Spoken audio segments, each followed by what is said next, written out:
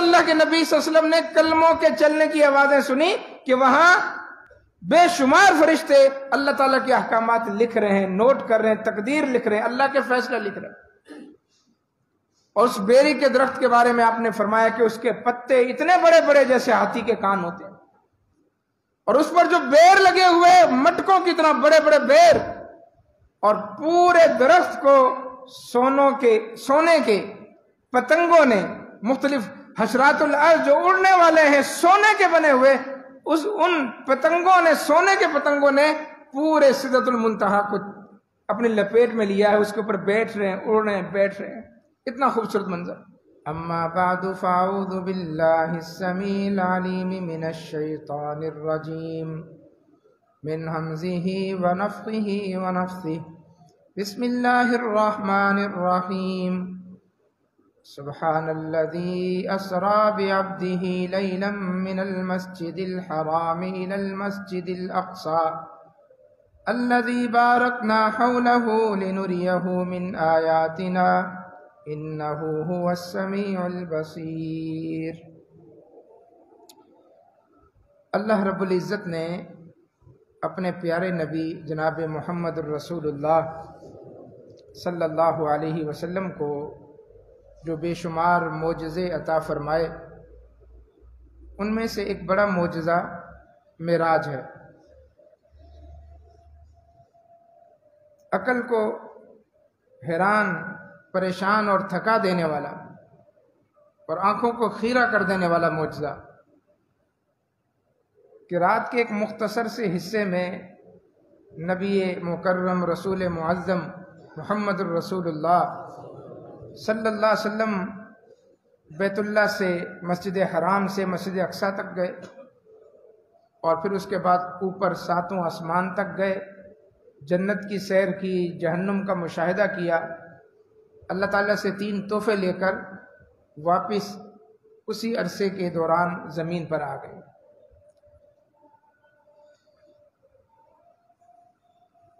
اس کے بعد نبی اکرم صلی اللہ علیہ وسلم نے وقتاً فوقتاً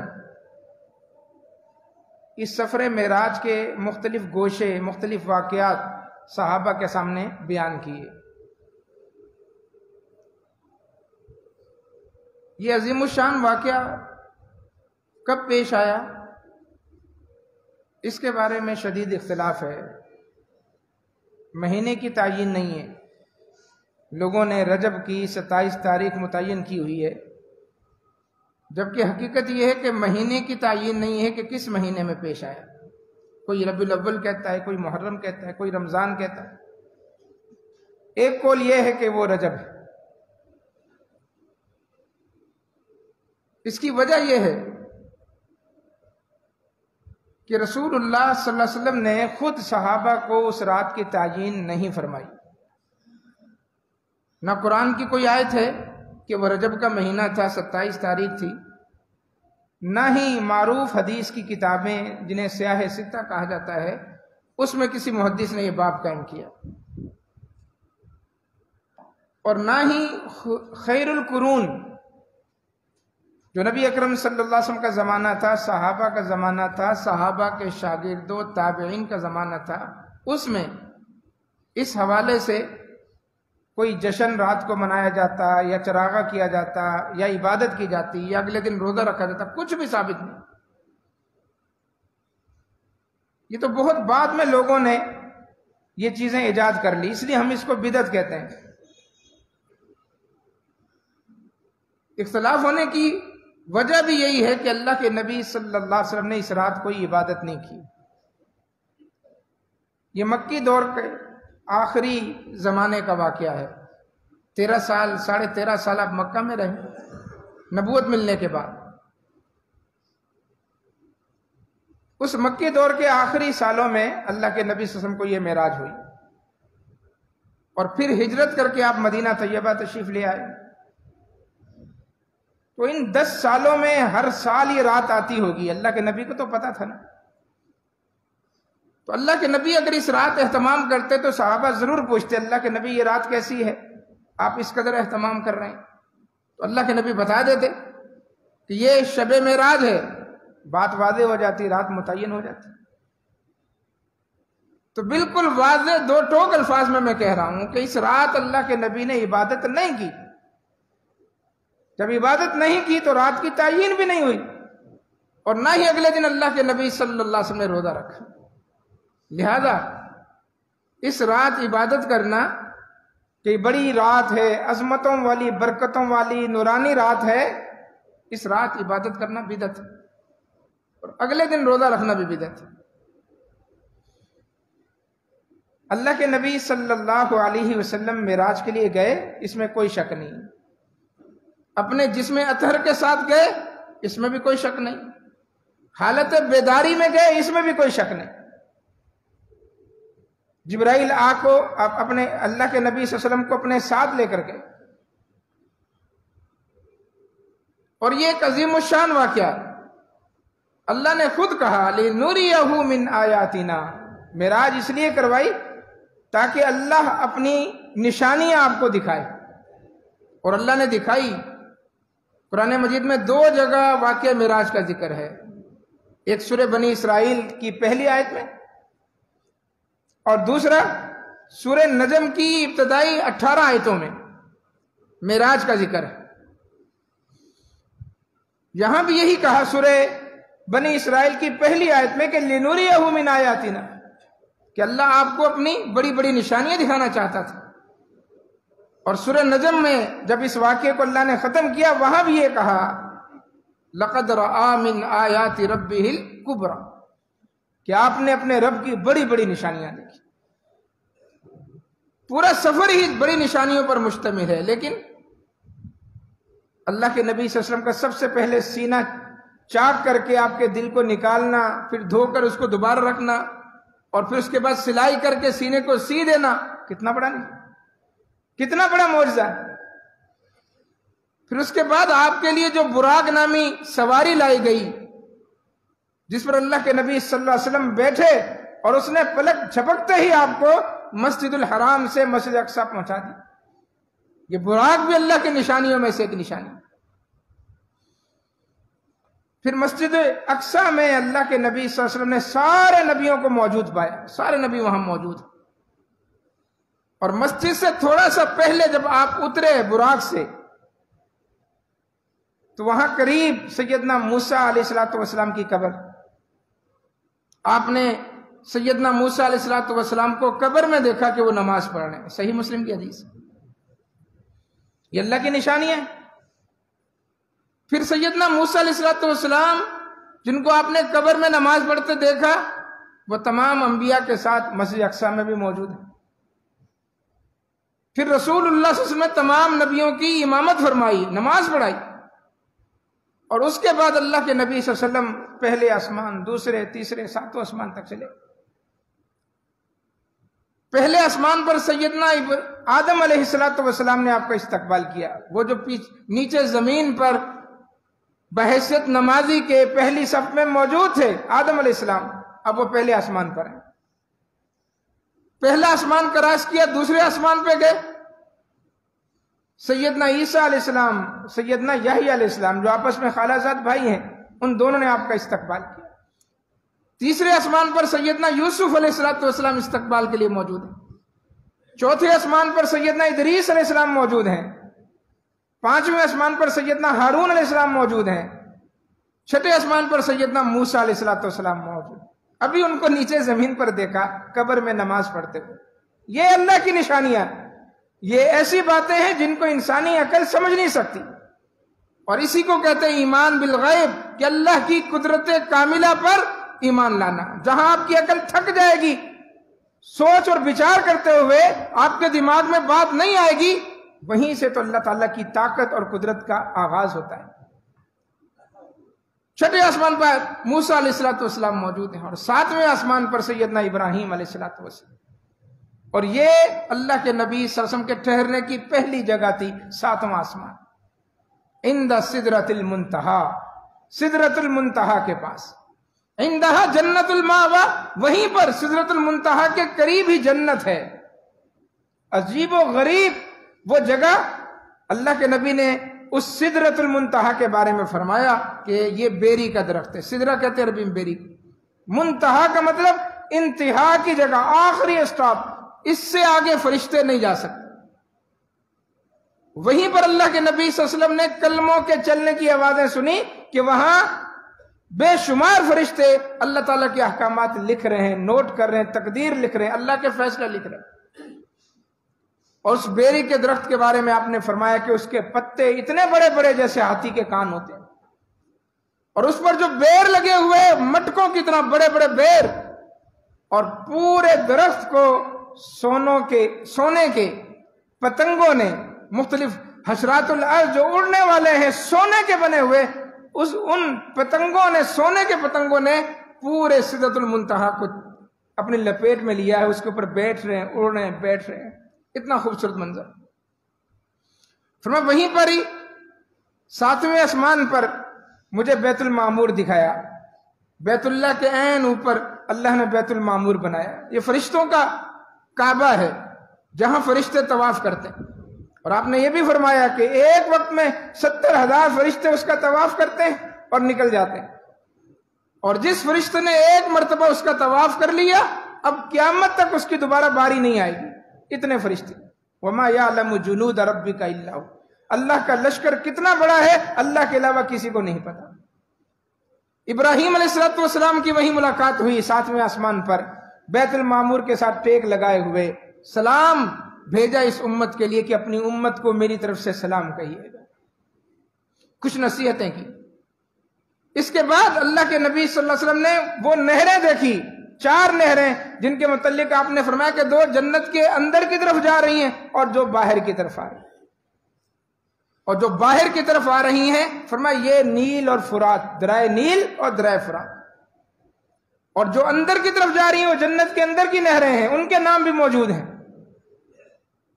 یعنی منبع دیکھا اللہ کے نبی نے جہاں سے یہ نہریں پھوٹتی ہیں، نیل اور فرات۔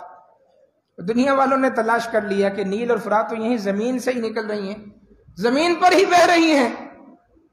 جو حدیثوں کے منکر ہیں، خاص طور پر معجزوں کے منکر ہیں، جنہوں نے اسراء اور معراج کا انکار کیا، خاص طور پر کہا کہ یہ عجیب بات تمہارے نبی نے کہہ دی، یہ عجیب بات حدیث کے اندر آ گئی کہ یہ نہریں تو زمین پر بہ رہی ہیں، ان کا منبع 7ویں آسمان پر کیسے ہے؟ تو اسی کو تو معراج کہتے ہیں، اسی کو تو معجزہ کہتے ہیں، اسی کو تو ایمان بالغیب کہتے ہیں کہ اللہ کے نبی نے فرما دیا کہ ان نہروں کا منبع آسمان پر ہے، 7ویں آسمان پر۔ اور مسلمان کا کام ایسی چیزوں کو جو اللہ کے نبی سے بسندے صحیح ثابت ہوں ان کو مان لینا چاہیے، تسلیم کر لینا چاہیے، چاہے دل مانے یا نہ مانے، عقل میں آئے نہ آئے، ایمان بالغیب رکھتے ہوئے آمنا و صدقنا کہہ کر مان لے بس۔ اور جب ایسی چیزوں کو انسان جھٹلانا شروع کرتا ہے کہ یہ چیز ذہن میں نہیں آ رہی، یہ چیز عقل میں نہیں آ رہی، اس کو ہمارا دل تسلیم نہیں کر رہا، تو وہ دراصل گمراہی کے راستے پر چل نکلتا ہے۔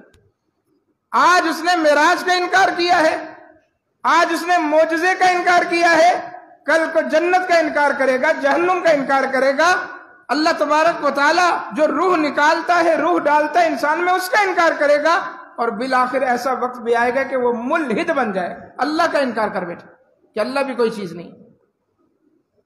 اس لیے انکار کے جراثیم اپنے اندر نہ آنے دیں، اپنے دل کو سمجھائیں، اپنی عقل کو سمجھائیں، یہ عقل آپ کو بہت دور لے جائے۔ بر اللہ کے نبی صلی اللہ علیہ وسلم اس کے بعد جنت میں گئے، جنت کے اندر جا کر آپ نے سیر کی، جہنم کا آپ کو مشاہدہ کرایا گیا، مختلف جو لوگوں کو عذاب ہو رہے تھے وہ دکھائے گئے۔ اللہ کے نبی صلی اللہ علیہ وسلم نے اپنے سے پہلے فوت ہونے والی تمام شخصیات کو دیکھا، انبیاء، آپ سے پہلے سارے نبی سوائے عیسیٰ علیہ السلام کے سب فوت ہو چکے، سب موجود تھے، عیسیٰ علیہ السلام زندہ تھے، اللہ نے ان کو بھی دوسرے آسمان پہ اللہ کے نبی صلی اللہ علیہ وسلم کے استقبال کے لیے موجود کیا۔ اللہ کے نبی نے بعض وہ شخصیات بھی دیکھی جو آپ کے بعد آئیں گی، ان کے بارے میں بتایا۔ فرمایا وہاں میں نے دجال کو بھی دیکھا، اللہ نے دکھایا دجال تو زمین پر ہے، دجال تو زمین پر ہے، کسی جزیرے کے اندر اللہ نے باندھ رکھا ہے، قید کر رکھا ہے، اور ایسی شخصیت ہے کہ جس کے متعلق آپ نے فرمایا کہ مجھ سے پہلے جتنے بھی نبی آئے ہر نبی نے اپنی امت کو دجال سے ڈرایا۔ اس کا مطلب تھا کہ نبی کسی خیالی چیز سے نہیں ڈرا رہے تھے. ہر نبی کے زمانے میں دجال موجود تھا، ہر نبی کے زمانے میں دجال موجود تھا. آیا نہیں سامنے، آئے گا جب اللہ تعالیٰ کی مرضی اور منشا ہوگی، اس وقت اللہ اس کو نکالے گا. اس وقت سے دجال موجود ہے، آج بھی ہے، اور قیامت کے قریب نکلے گا. عقل نہیں مان رہی، بتائیں. عمر تو اس کی بڑھ رہی ہے، کیا بڑھ رہی ہوگی عمر؟ یہاں تو 70-80 سال میں انسان کے قوت جواب دے جاتے ہیں، جھریاں پڑ جاتی ہیں، انسان کمزور ہو جاتا ہے، ناتواں ہو جاتا ہے.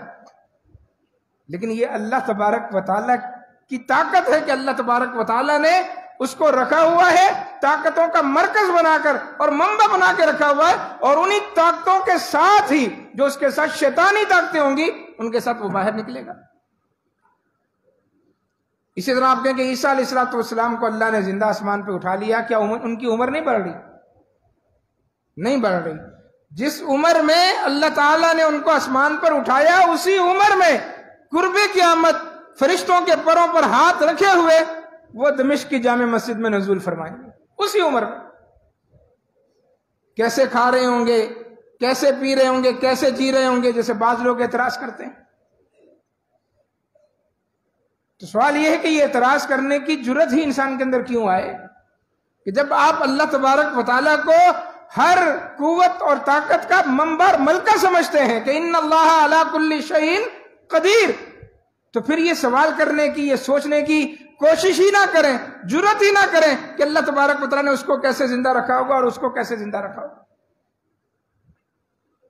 فرمایا وہ انسان ہے دجال، گھنگریالے اس کے بال ہیں، 2 آنکھیں ہیں، ایک آنکھ تھوڑی سی ابری ہوئی ہے، ایسے لگتا ہے کہ انگور باہر کو آ رہا ہے، آنکھ کی پتلی باہر کو ہے، جس کو لوگ کانا دجال سمجھتے ہیں کہ اس کی ایک آنکھ ہوگی. اور بعض لوگوں نے ایک آنکھ ماتھے پہ بنائی بھی، تصویریں بنا دی اس کی، 2 آنکھیں ہوں گی لیکن ایک آنکھ ذرا سی باہر کی جانب نکلی ہوئی. اللہ کے نبی نے اسے انسان کی ہیئت کے اندر اور شکل و صورت کے اندر دیکھا اور وہی ہمارے سامنے بیان کی کہ وہ انسان ہے. اس شخصیت کو بھی دیکھا. جہنم کے خازن، جہنم کے داروغے جو مالک ہے اس کو بھی دیکھا، جنت کے داروغے خازن کو بھی دیکھا. جنت کا جو داروغہ ہے فرشتے خازن، اس کو بھی دیکھا. جہنم کا جو داروغہ ہے مالک، اس کو بھی دیکھا.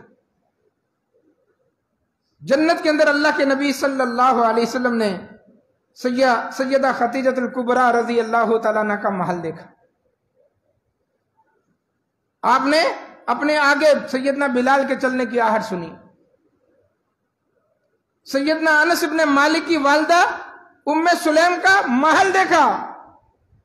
اتنا خوبصورت محل کس کا ہے؟ یہ غمیسہ کا ہے. ام سلیم سیدنا انس رضی اللہ تعالیٰ عنہ کی والدہ ام سلیم بنت ملحان رضی اللہ تعالیٰ عنہ. فاروق اعظم کا محل دیکھا جنت کے اندر. فرمایا داخل ہوا، وہاں ایک خوبصورت نوجوان لونڈی دیکھی، فوراً باہر آ گیا. اللہ کے نبی آپ میرے محل سے واپس کیوں آ گئے؟ فرمایا عمر تمہاری غیرت وہ مجھے یاد آ گئی، اس لیے فوراً تمہارے گھر سے. موتیوں کے بنے ہوئے محل، سونے اور چاندی کی اینٹیں جو کستوری کے گارے کے ساتھ لگا رکھی، نیچے زمین بھی کستوری کی، دودھ اور شہد کی نہریں. اللہ کے نبی نے جنت کا منظر بیان کیا ہمارے سامنے. جہنم کو دیکھا تو اس میں ہونے والے عذاب بتائے. چغل خوروں کو دیکھا وہ نوچ نوچ کر اپنے آپ کو کھا رہے ہیں. بے عمل لوگوں کو دیکھا، بے عمل واعظوں کو دیکھا جو تقریریں کرتے ہیں اور عمل نام کی کوئی چیز نہیں، ان کو دیکھا اپنی زبانیں کتر رہے ہیں خود ہی کینچیوں سے. بہت سارے مناظر دیکھے، بتایا آ کر وقتاً فوقتاً امت کو بتاتے رہے. جنت میں جانے کی کوشش کرو، بتایا اس لیے، اور جہنم سے بچنے کی کوشش کرو، جہنم کے ان عذابات کا مشاہدہ اس لیے کرایا گیا. اللہ کے نبی نے بتایا. فرمایا جب میں نے جہنم میں دیکھا تو وہاں عورتوں کی کثرت نظر آئی، اور جب جنت کی سیر کر رہا تھا ان اقل ساکن الجنہ النساء، وہاں پر مجھے بہت کم عورتیں نظر آئیں، بہت کم. تو عورتوں کو خاص طور پر واقعہ معراج کے اندر بتایا گیا کہ تمہاری تعداد جنت میں کم ہے، کوشش کرو جنت میں جانے کی. تمہاری تعداد جہنم میں زیادہ ہے، اپنے آپ کو بچانے کی کوشش کرو جہنم سے. لیکن عورتیں عام طور پر ایک سوال میڈیا پر بیٹھی ہوئی عورتیں، ٹاک شوز میں عورتیں اکثر علماء کرام سے کر لیتی، اور اس زبان پر بھی ہے بہت ساری عورتوں کے، مردوں کی زبان پر ہے کہ وہاں مردوں کو تو 72 حوریں ملیں گی، عورتوں کو کیا ملے گا؟ عورتوں کو کیا ملے گا؟ عورت جنت میں چلی جائے گی، عورت کو کیا ملے گا؟ ٹاک شوز پر سوال ہوتا ہے، ہمارے علماء کرام آئیں بائیں شائیں کرنے لگ جاتے ہیں، مطمئن نہیں کر سکتے عورتوں کو کیا ملے گا؟ سوال تو یہ ہے کہ سب سے پہلے اس خاتون سے جس نے یہ سوال کیا ہے یہ پوچھا جائے کہ تمہاری جنت کے لیے تیاری کیا ہے۔ یہ تو بات کی بات ہے کہ ملے گا کہ نہیں ملے گا، پہلے یہ تو سوچو جنت میں پہنچو گی بھی کہ نہیں۔ تعداد جنت میں کم ہے، جہنم میں زیادہ ہے۔ یہ سوال کرنے والی خاتون پہلے اس بات کا جواب دو کہ تمہاری جنت کے لیے تیاری کتنی ہے، پھر بتائیں گے تمہیں کہ جنت میں تمہیں کیا ملے۔ اللہ کے نبی نے خود کہا جب آپ سے پوچھا گیا، اللہ کے نبی قیامت کب قائم ہوگی؟ فرمایا وما اعددت لها، قیامت تو قائم ہوگی جب ہوگی، یہ بتاؤ تمہاری تیاری کیا ہے قیامت کے لیے۔ تو یہ سوال کرنے والی خواتین ہو یا مرد ہو کہ جنت میں عورت کو کیا ملے گا، سوال یہ ہے کہ تمہاری تیاری کیا ہے، کتنی تیاری؟ بے حجاب خاتون جنت میں جائے گی؟ بے حجاب خواتین، ٹاک شوز میں آنے والی، حیا باختہ خواتین، فیشنیبل خواتین، نماز نہ پڑھنے والی، شوہر کی اطاعت نہ کرنے والی، رمضان کے روزے نہ رکھنے والی کبھی جنت میں نہیں جا سکتی۔ مائلات اور ممیلات، لوگوں کی طرف مائل ہونے والی، لوگوں کو اپنی طرف متوجہ کرنے والی، جنت میں جانا تو دور کی بات ہے، جنت کی خوشبو تک نہیں پائیں گی، حالانکہ جنت کی خوشبو 1000 سال کی مسافت سے سنگائی دے گی۔ حالانکہ جنت میں جانا بڑا آسان ہے عورت کے لیے، جنت میں جانا بہت آسان۔ المرأة اذا صلت خمسها وصامت شهرها واطاعت بعلها وحفظت فرجها، 4 کام اللہ کے نبی نے بتائے۔ عورت 5 وقت کی نماز پڑھے، سال میں 1 مہینے کے رمضان کے روزے رکھ لے، اپنی عزت عصمت کی حفاظت کر لے اور اپنے شوہر کی اطاعت کر لے، جنت میں ایسے استقبال ہوگا کہ جنت کے 8 دروازے کھول دیے جائیں گے کہ معزز خاتون جس دروازے سے چاہے جنت کے اندر چلی جائے۔ تو سوال تو یہ ہے کہ 5 وقت کی نماز عورت پڑھ رہی ہے، رمضان کے روزے رکھ رہی ہے، شوہر کی اطاعت کر رہی، اپنی عزت ناموس کی حفاظت کر رہی، تو پہلا جواب تو یہ ہے الزامی کی تیاری کیا ہے۔